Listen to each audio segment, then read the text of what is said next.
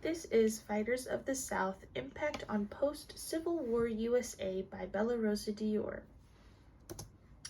Before we go into who made up the soldiers of the Confederate Army and how that impacted the U.S. post-Civil War, we must go into some background information.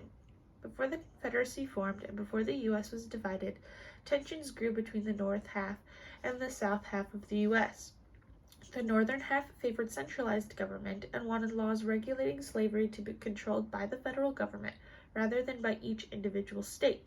The southern half favored dispersed government because slave ownership laws could be regulated from state to state, allowing the South to own slaves while the North did not. In fact, the South became very threatened by the concept of centralized government and wanted the state governments to be stronger and have more power and jurisdiction. When Abraham Lincoln started running for president, the South immediately felt pressure. Although Lincoln specifically stated throughout his campaign that he had no intentions of changing any slave ownership laws, the South was unconvinced. Lincoln was a well-known lawyer before his campaign, and his views on slave ownership and the South in general were well known and assumed by all. Plans to secede from the Union were discussed before the election in the event that Lincoln became president. Although Lincoln urged for union and tried to stop secession shortly after taking office, the first state seceded and the Confederacy was born.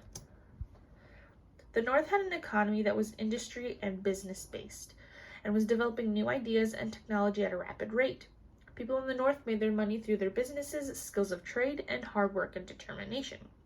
Workers in the North worked for themselves and for their families. The South had an economy that was rooted in agriculture and farming. They had generations of farms and plantations that were run by slaves, and Southern culture was very much unchanged for many, many years. People in the South made their money by either working hard manual labor on plantations or by owning their own plantations and running the workers on their farms and selling their product. Some families had plantations for decades or even longer and were very rich and developed generational wealth as well. Workers in the South either worked for their plantation owner or were plantation owners and worked for themselves. The North was a booming society that was greatly influenced by new concepts, politics, and free thinking. Ideas of anti-slavery caught on quickly, and abolitionists grew in number exponentially. This was a period of time known as the Age of Enlightenment, and concepts of new thinking and human rights were stressed and emphasized. However, the South was rooted in tradition and valued slave ownership. They grew up owning slaves and treating slaves inhumanely. And because of this, they were accustomed to this mistreatment and didn't see anything wrong with their actions. Class systems were highly enforced, and status was extremely important in society and in politics in the South. Slaves were only valued for their monetary gain. Using information from the 1860 U.S. Census, Anne Brown was able to create some statistics that helped depict the demographics of the South right before the Civil War started. 30.8% of the population in Confederate states were free families who owned slaves. These are the slave owners and their family members who likely mistreated slaves in the same way as the owners, and were often likely to inherit these slaves after the owner died. 69.2% of the population in Confederate states were free people who did not own any slaves. These could be the workers on plantations or plantation owners in their own right who did not own any slaves.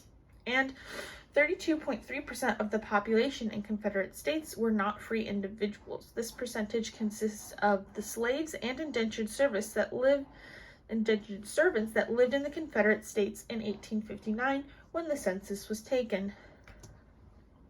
One of the most atrocious and horrible truths about the American Civil War is the 20 slave law created by the Confederacy.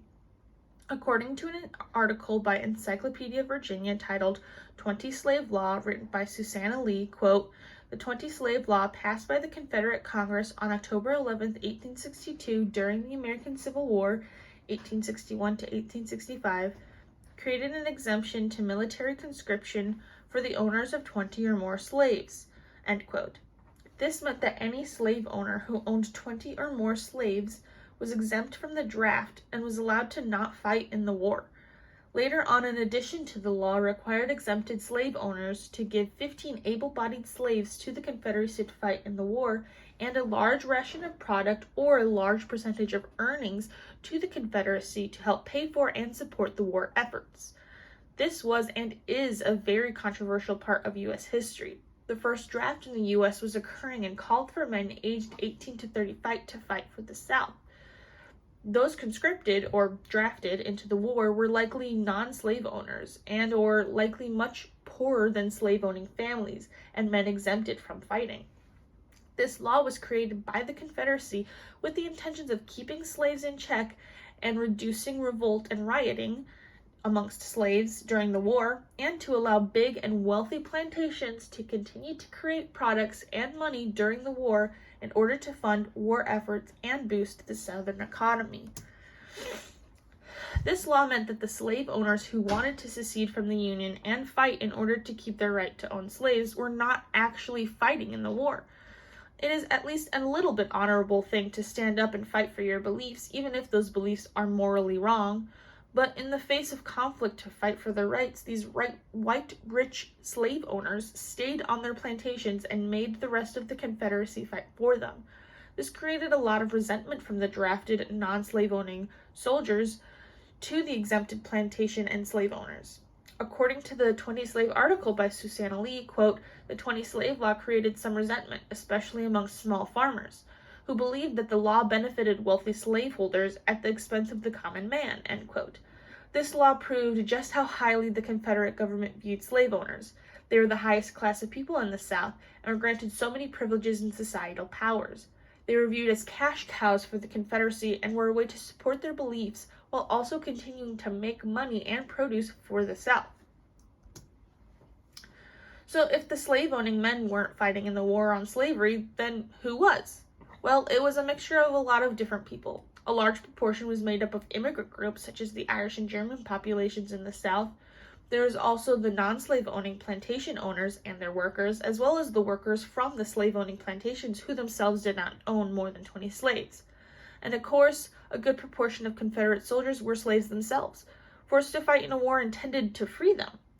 The majority of these men belonged to non-slave owning families and were forced to fight for a cause that they themselves weren't directly affected by or didn't necessarily believe in. Because these slave owners were exempt from the draft, they were ultimately unaffected by the war, and when the conflict was over, these men held the same beliefs and the same positions of power. These men did not die fighting for their beliefs. They did not witness war firsthand. They did not have their minds changed through witnessing war or feel any guilt or remorse because they had no honor and stood out for the conflict. These men saw no direct consequences for their beliefs or for their actions.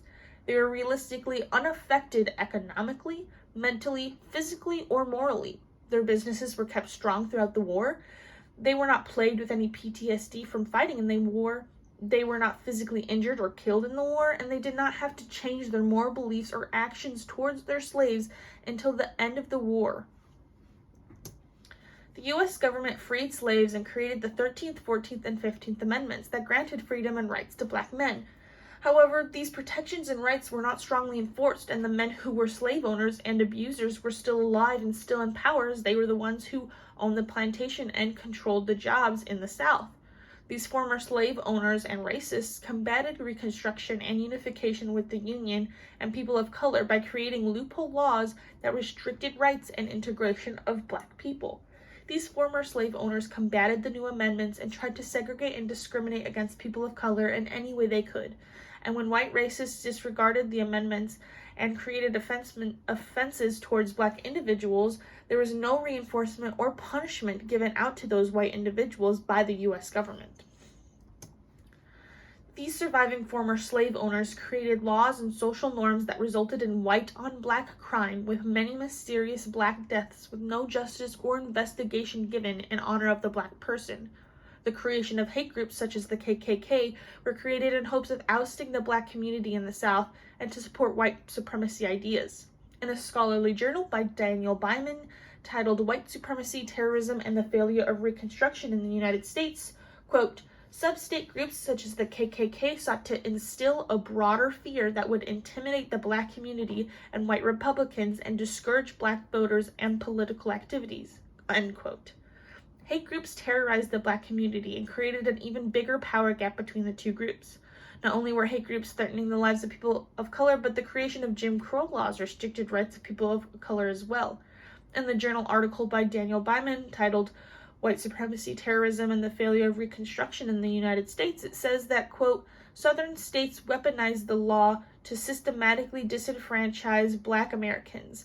Mass disenfranchisement, Jim Crow laws, and decades of near-complete subordination of the Black community of the South resulted, end quote. It wasn't for many years that these laws and institutions were done away with and equality emphasized. Thanks to the Civil Rights Movement, most of these laws and prejudices were destroyed. But there are lasting effects from these anti-Black institutions and still harm people of color in the present day. In conclusion, it was the rich white slave-owning men who were exempted from the Civil War. Since these plantation owners were unaffected by the war, they were still alive and still racist after the Civil War conflict ended. During the Civil War, there was much resentment from the poor, non-slave owning soldiers towards the exempted rich slave-owning plantation owners, and after conflict ceased and the South lost, these former slave owners were resentful for losing and created anti-Black institutions and new laws and societal perception, created hate groups such as the KKK and slave-like working conditions in order to keep people of color in their place and not allow any major social climbing. The U.S. government failed to enforce the 13th, 14th, and 15th Amendments and allowed the South to create unconstitutional laws such as the Jim Crow laws and others that discriminated against and prejudiced against people of color. The U.S. government also failed to punish against white on Black abuse, and murder and lynching became a common and horrible abuse of white people against people of color. Although during the Civil Rights Movement, many of these anti-Black laws and institutions were reversed and gotten rid of, their presence had a lasting effect that scarred the system and still causes harm to people of color even today. Here is my works cited. Thank you very much.